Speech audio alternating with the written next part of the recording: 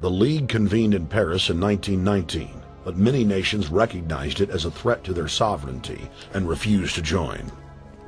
Frustrated by the U.S. Congress blocking the League of Nations, British intelligence, with the help of the Rockefeller family, set up the Council on Foreign Relations in New York City in 1921.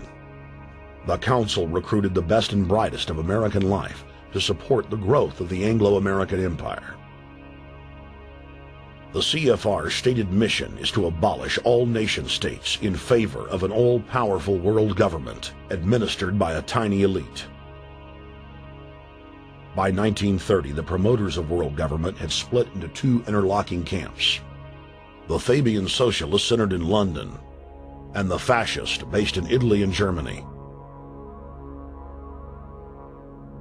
National Socialism will use its own revolution for establishing a new world order. Adolf Hitler. Supporters of the fascists in the United States and England believed that the military should be used to quickly transform the world into a new world order, while the more sophisticated practitioners of globalism stated that incrementalism was the sure path to world domination.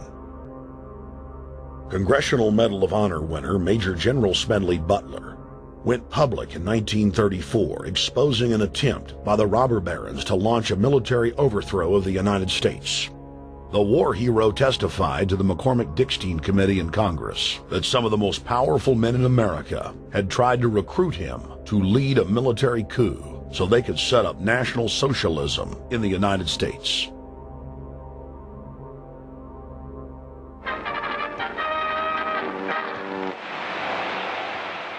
I appeared before the Congressional Committee, the highest representation of the American people, under subpoena to tell what I knew of activities which I believe might lead to an attempt to set up a fascist dictatorship.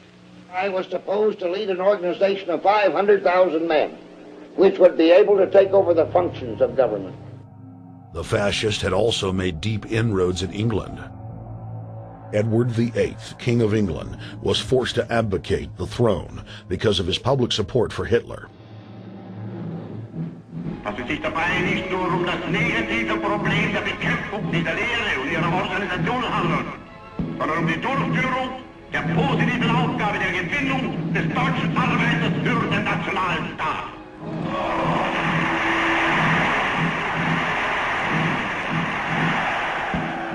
Though the German-led fascist camp was strong, the Fabian socialist bloc was able to maintain control of the U.S., Russia, and England.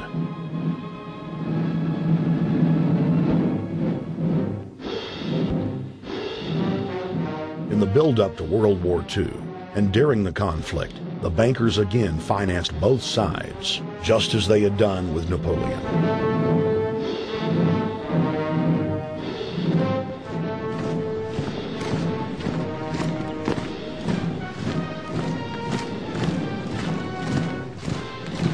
With the rise and fall of the Third Reich, Europe lay in ruins.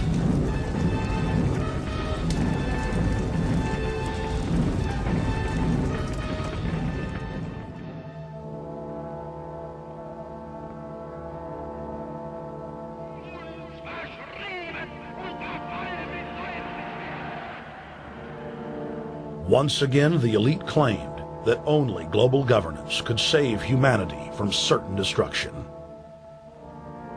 And this time, the elite would succeed in setting up their world body.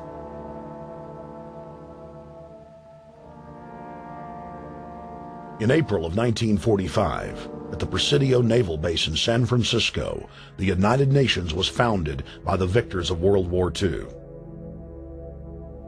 The United Nations complex was then built in New York City on land donated by John D. Rockefeller. Shortly after the elite established the United Nations as their base in the United States, the newly formed World Council quickly began work on the next phase in their plan, the incremental formation of continental superstates. The first step in their trilateral plan was the creation of the European Union. Unifying Europe had been tried many times and was extremely unpopular. Where Napoleon and Hitler had failed to accomplish their goals using force, the globalists would succeed using stealth. The British spearheaded the formation of the Council of Europe on May 5, 1949. The Treaty of London claimed to only establish trade ties between European nations, like NAFTA or GATT in North America. Its true intention was the formation of a European superstate.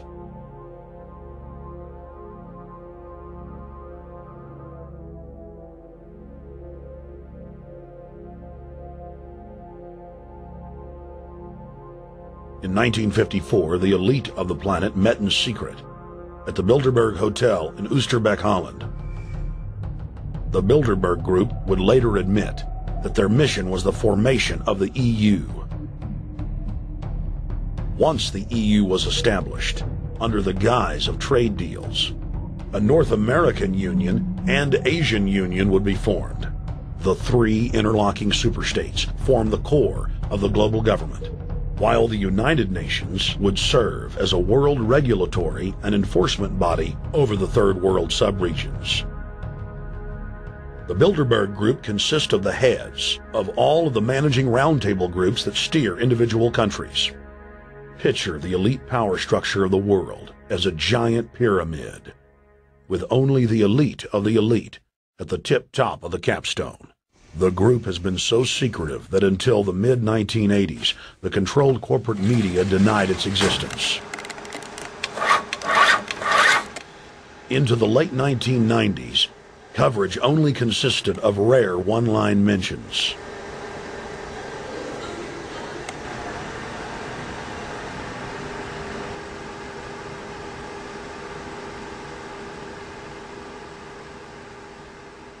With the rise of the alternative media, their stranglehold on information has begun to slip. On the outskirts of the national capital today, black limousines with darkened windows converged on a hotel where private security guards imposed ironclad control. The limos carried royalty, political power brokers, and industrial titans to a secret meeting that will last all weekend. It's known as the Bilderberg Group. Could their objective be world domination? Every 4 years, Bilderberg meets in North America, and in June of 2006, we decided to travel to Ottawa, the capital of Canada. The site of Bilderberg.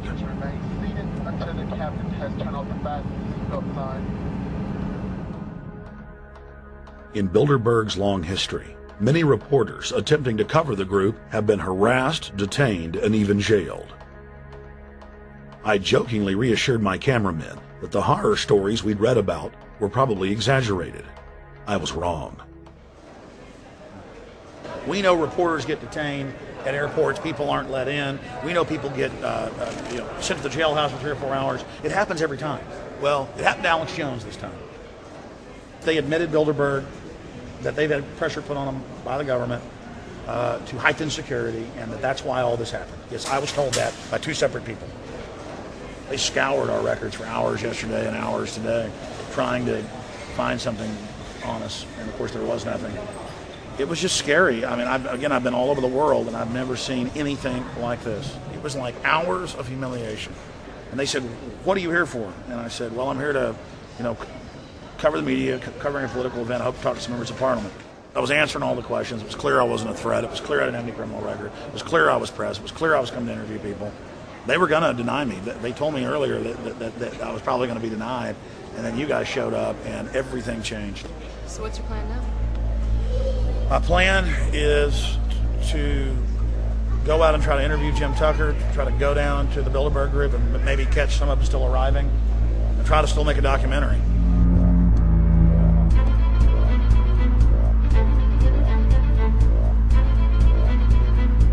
So instead of being here at 8 a.m.